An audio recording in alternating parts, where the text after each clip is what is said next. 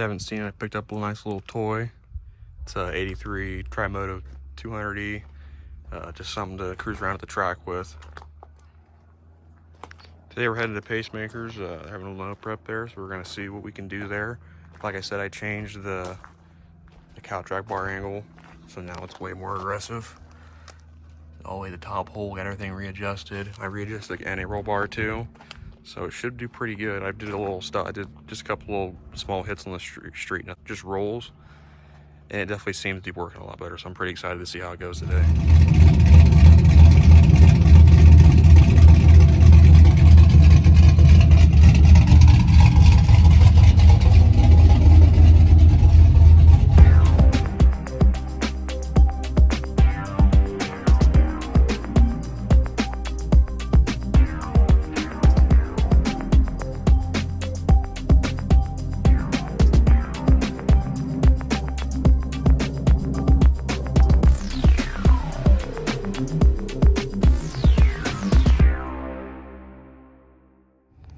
So we made it out here to Pacemakers, obviously racing in the stick shift class.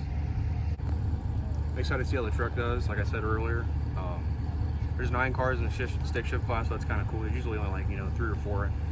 Billy's racing in the stick shift class, I guess, in Tony's car, so that's gonna be interesting. If I do make it through first round, it'd be interesting if I did get to race in. That'd be kind of cool. Second pair of left lane, I got a Nitrous LS Trans Am.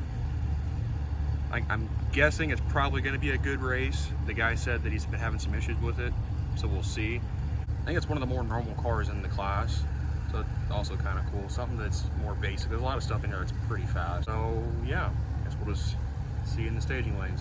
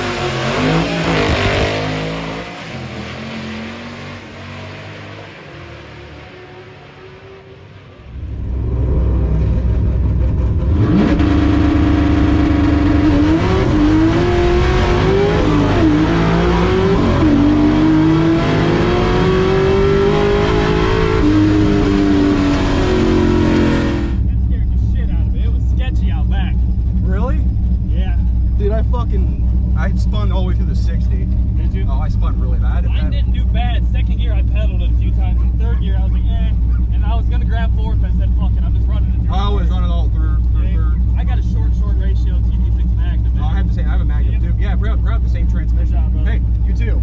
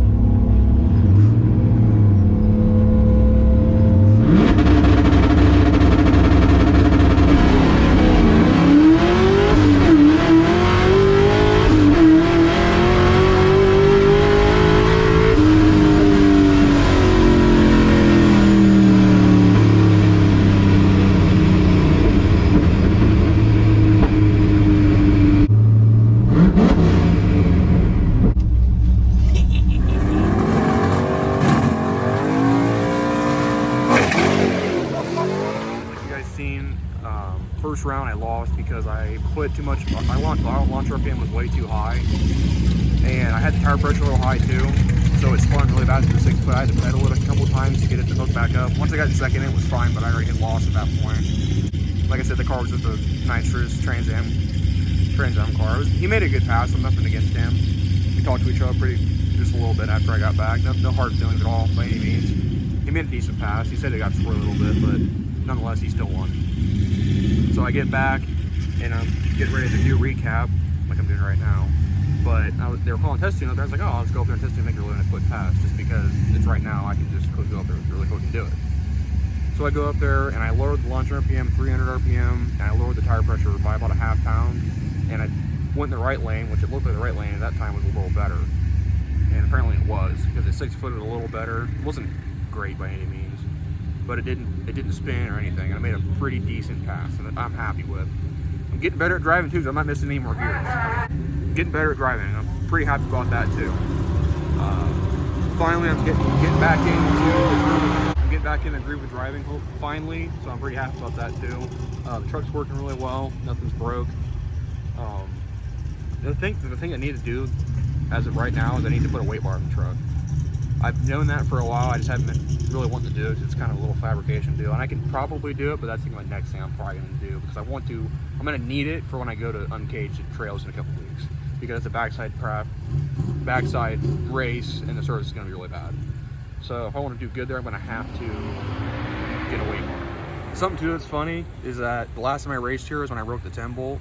So I'm already ahead of the game compared to I was last time. I did win first round when I was here last summer, but second round I put a little more launch RPM in it to get the leak of the track out a little better, and then it snapped an axle in half. Insert clip here.